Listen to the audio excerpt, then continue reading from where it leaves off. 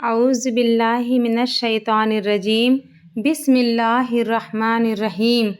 السلام علیکم میرے پیارے دوستوں، ایک نئی ویڈیو لے کر آپ لوگوں کے سامنے ایک بار پھر سے حاضر ہوں۔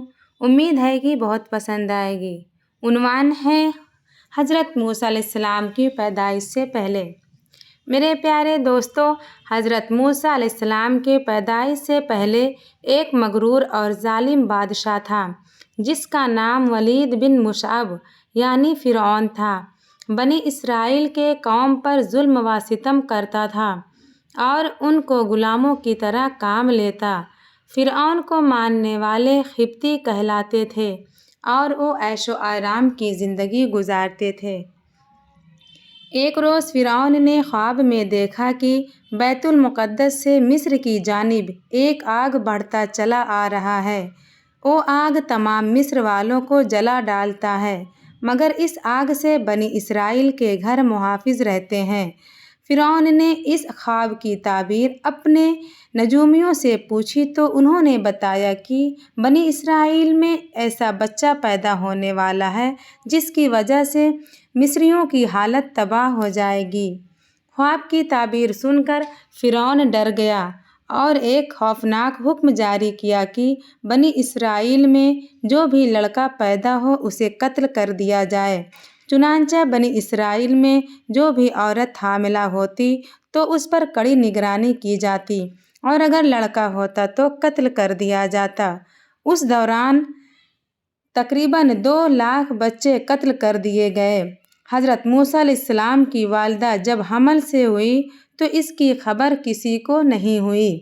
انہوں نے سب سے چھپایا اور جب حضرت موسیٰ علیہ السلام پیدا ہوئے تب بھی سوائے قریبی رشتہ داروں کو کسی کو معلوم نہ ہوا۔ جنہیں اللہ تعالیٰ زندہ رکھے کس کی مجال ہے کہ اسے مار سکے۔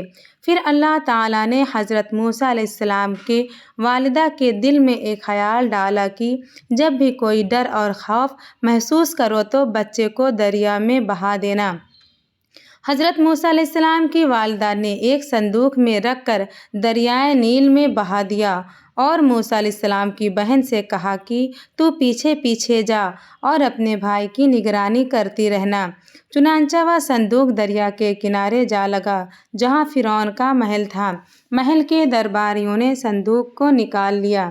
فرعون کی بیوی آسیہ رضی اللہ تعالی عنہا جو نیک خاتون تھی، موسیٰ علیہ السلام کو دیکھا تو فرعون سے کہا، اے میری اور تیری آنکھوں کی ٹھنڈک ہے، اسے اپنا بیٹا بنا لیتے ہیں۔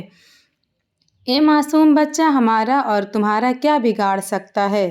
جب موسیٰ علیہ السلام کو بھوک لگی اور دودھ کے لیے رونے لگے تو دودھ پلانے والی لائی گئیں، لیکن آپ علیہ السلام نے کسی کا دودھ نہیں پیا۔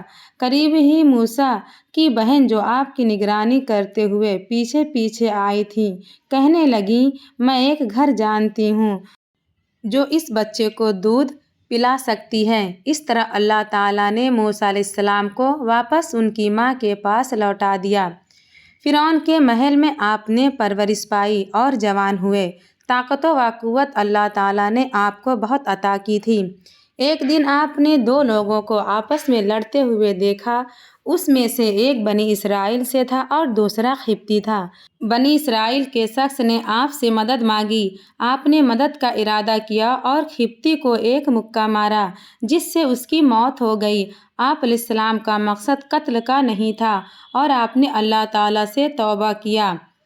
حضرت موسیٰ علیہ السلام کو ایک خیال آیا کہ قبطی کے قتل کے بدلے کہیں میرا نہ قتل کر دیں۔ آپ علیہ السلام اپنے آپ کو چھپانا چاہتے۔ فرعون کی قوم سے ایک شخص آیا اور موسیٰ سے کہا کہ آپ فوراً یہاں سے کہیں دور نکل جائیں کیونکہ قوم کے سردار آپ کی قتل کے منصوبے بنا رہے ہیں۔ مصر سے نکل کر بھوکے پیاسے اور لمبے سفر سے آپ مدین پہنچے۔ ایک جگہ پہنچے تو دیکھا کہ ایک چشمے پر ایک حوض ہے جہاں کچھ لوگ اپنے جانوروں کو پانی پلا رہے ہیں۔ قریب ہی آپ نے دیکھا کہ 2 عورتیں جن کے پاس بکریاں تھیں وہ پانی کے قریب اپنی بکریوں کو روکے ہوئے تھیں۔ موسیٰ علیہ السلام کے پوچھا کیا معاملہ ہے، اپنی بکریوں کو پانی کیوں نہیں پلاتی؟ وہ بولیں کہ جب تک یہ چرواہے اپنے جانوروں کو پانی نہیں پلاتے ہم نہیں پلا سکتے، اور ہمارے والد بہت بوڑھے ہیں۔ یہ سن کر موسیٰ علیہ السلام نے آگے بڑھ کر ان سب کو ہٹایا اور بکریوں کو پانی پلایا۔ دونوں عورتیں واپس گئیں اور سارا قصہ اپنے والد کو سنایا۔ دونوں عورتوں میں سے ایک عورت حضرت موسیٰ علیہ السلام کے پاس واپس شرماتے ہوئے آئی اور کہا کہ میرے والد آپ کو بلا رہے ہیں، کیونکہ آپ نے جو ہماری بکریوں کو پانی پلایا ہے اس کی اجرت دے سکیں۔ حالانکہ موسیٰ علیہ السلام نے یہ عمل کوئی اجرت کے لیے نہیں کیا تھا، لیکن ان کو سخت حاجت تھی، اسی لیے آپ ان کے ساتھ چل پڑے۔ گھر پہنچ کر حضرت موسیٰ علیہ السلام اور شعیب علیہ السلام سے ملاقات ہوئی۔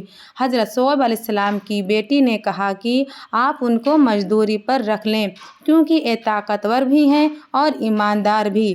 پھر حضرت شعیب علیہ السلام نے اپنی بیٹی سے ان کا نکاح کر دیا اور مہر کے عوض 8 سال مزدوری کو کہا، اور یہ بھی کہا کہ اگر 10 سال کریں تو یہ بہتر اور آسان ہے۔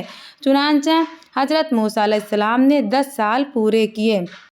10 سال پورا کرنے کے بعد موسیٰ علیہ السلام نے اپنے وطن مصر جانے کا ارادہ کیا اور اپنی بیوی کے ساتھ واپس چلے۔ پلیز ویڈیو اچھی لگے تو اسے سبسکرائب کیجیے، بیل نوٹیفیکیشن کو بھی پریس کر دیجیے اور ویڈیو کو شیئر کرنا نہ بھولیں۔ ملتے ہیں ایک نئی ویڈیو کے ساتھ، تب تک کے لیے اللہ حافظ۔